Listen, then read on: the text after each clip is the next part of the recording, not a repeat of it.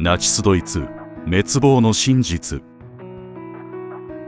第5回滅亡の連鎖。ナチズムから得られた教訓と未来への継承。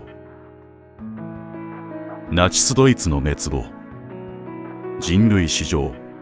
最も暗い時代の一つに終止符を打ちました。しかしこの歴史が私たちに問いかけるものは決して過去の出来事だけではありません。なぜあのような悲劇が起こり、そして私たちはそこから何を学び、未来へとどうつないでいくべきなのか。シリーズ最終回となる今回は、ナチズムから得られる普遍的な教訓と未来への継承、その真実に迫ります。個人の責任と倫理、社会の脆弱性。ナチズムの歴史を紐解くと、私たちはまず個人の責任と倫理という重い問いに直面します。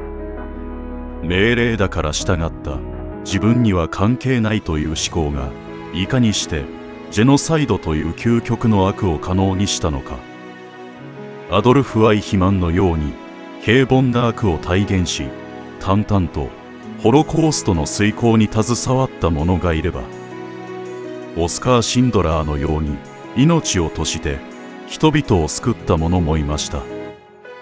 この違いはどこから生まれるのでしょうか。それは一人一人が与えられた情報や状況の中で何を選択しどう行動するかという倫理的な判断に他なりません。無関心や傍観者でいることがいかに社会を悪に傾ける大きな要因となるか、私たちはこの歴史から学ばなければなりません。たとえ国家や社会全体が誤った方向へ進もうとも、個人の良心と勇気が歴史の歯車をわずかでも良い方向へ動かす可能性を秘めているのです。次に考えるべきは社会の構造と脆弱性です。ナチスは第一次世界大戦後の経済危機や社会不安といった民衆の不満を巧みに利用し、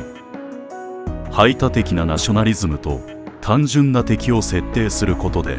大衆を熱狂させました。彼らはラジオや映画といった当時の最新技術を駆使し、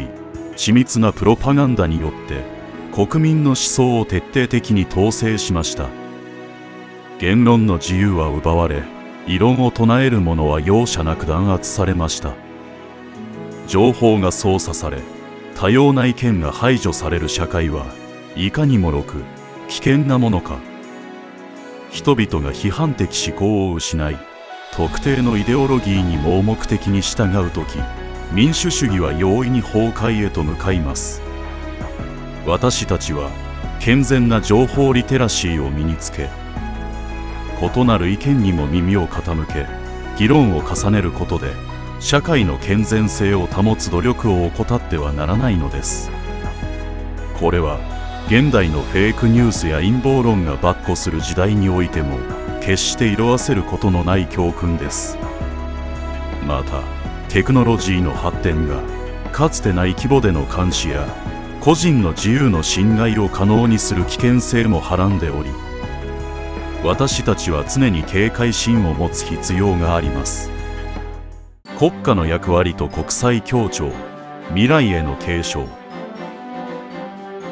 ナチスドイツの滅亡は国家の役割と国際協調の重要性を強く示しました。領土拡張主義や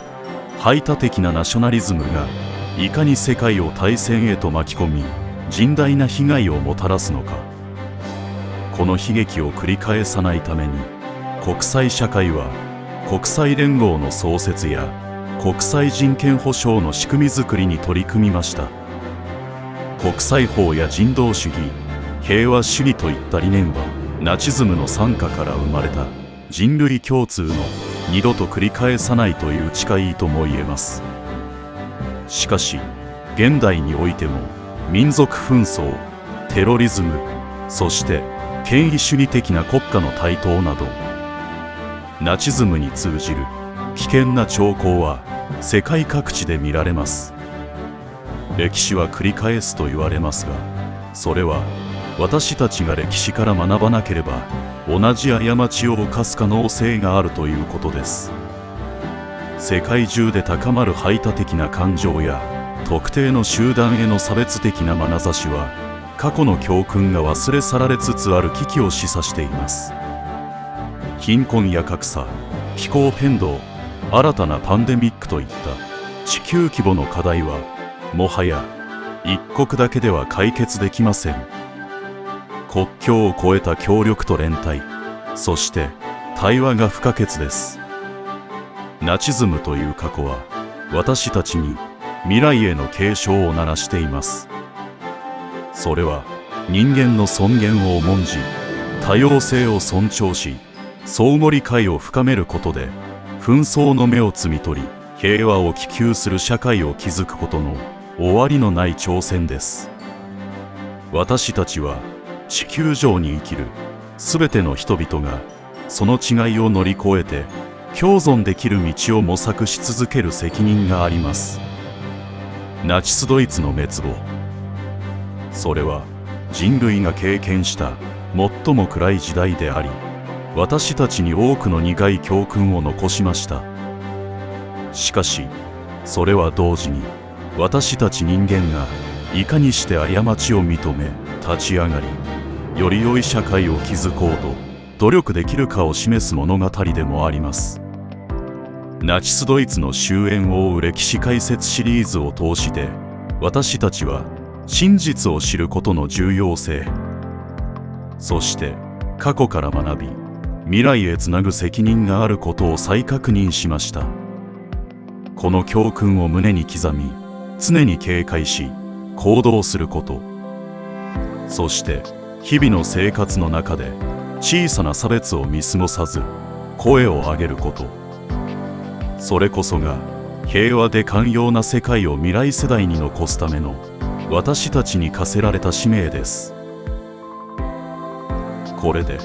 ナチスドイツ滅亡の真実シリーズは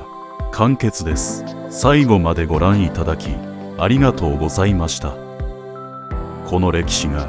皆さんの心に何かを問いかけるきっかけとなれば幸いです。チャンネル登録と高評価もぜひお願いいたします。